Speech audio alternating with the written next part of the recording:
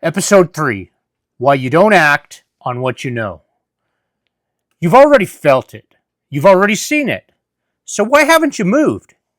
That's the part nobody really talks about. Because it's easier to believe you just need more discipline, more focus, more motivation, a better plan. But if that were true, you wouldn't still be here. So you don't need more information. You already know enough. You don't need another video, another book. You don't need this podcast. You don't need another explanation. You've had moments where it was clear what needed to change, what needed to stop. It was clear what needed to start. And for a second, you believed it. You told yourself, this is it. And then, nothing. Crickets. Back to normal. Back to the same patterns, the same reactions, the same results.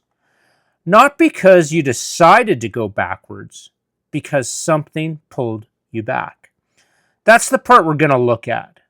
Because until you see this, you'll keep thinking the problem is you, that you're inconsistent, undisciplined, that you're missing something.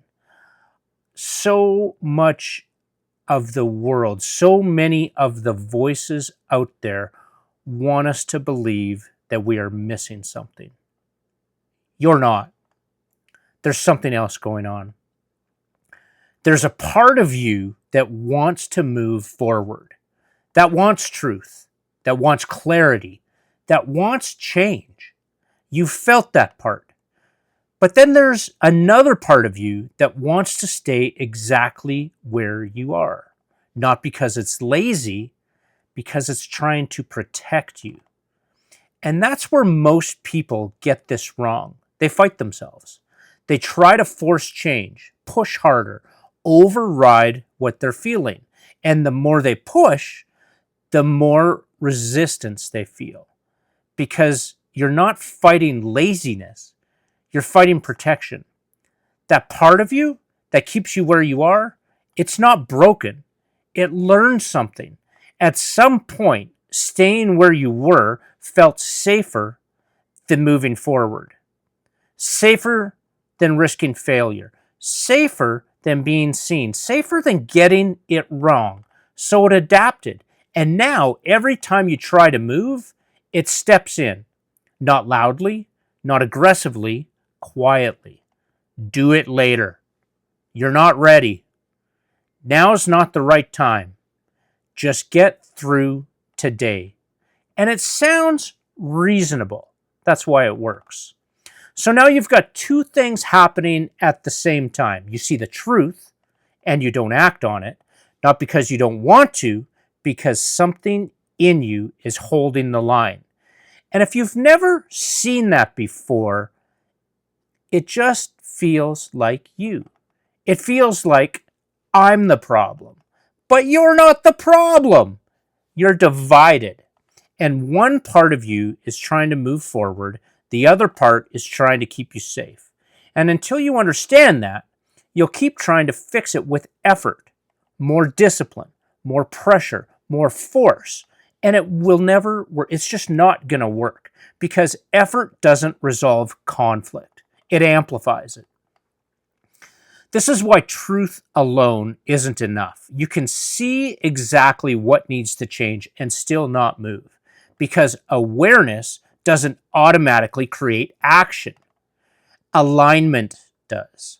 And alignment doesn't come from forcing yourself forward. It comes from understanding what's holding you back, seeing it clearly, not judging it, not fighting it, just recognizing this is what's happening. Because once you see it, something starts to shift. That voice that tells you to wait, it doesn't disappear, but it loses control. Because now you can hear it for what it is. Not truth, protection. And when you can separate those two, everything changes. Because now you're not reacting blindly. You're making a choice. You're choosing. That's the moment that this all becomes real. Not when you feel motivated, Not when everything lines up perfectly, but when you see the pull and you don't automatically follow it, even just once. In my coaching, we talk about doing reps. It starts with just once. That's where it starts. If you've been sitting there thinking, why do I keep doing this? Why can't I just change? Or maybe, why do I keep ending up in the same place? Now you know. It's not a lack of effort. It's a lack of awareness of what's actually happening underneath of it. And the moment you start seeing that, you stop attacking yourself and you start paying attention to the patterns, to the timing, to the moments right before you pull back. Because those moments, that hesitation, that delay, that's where the real work is. Not in what you do after, in what you see before. So don't rush past this. Don't try to fix it today. Just watch it. Notice it. The next time you feel that pull to wait, to delay, to stay where you are, don't argue with it. Just see it. And for the first time, realize that's not the truth. That's the part of me that's trying to keep me safe.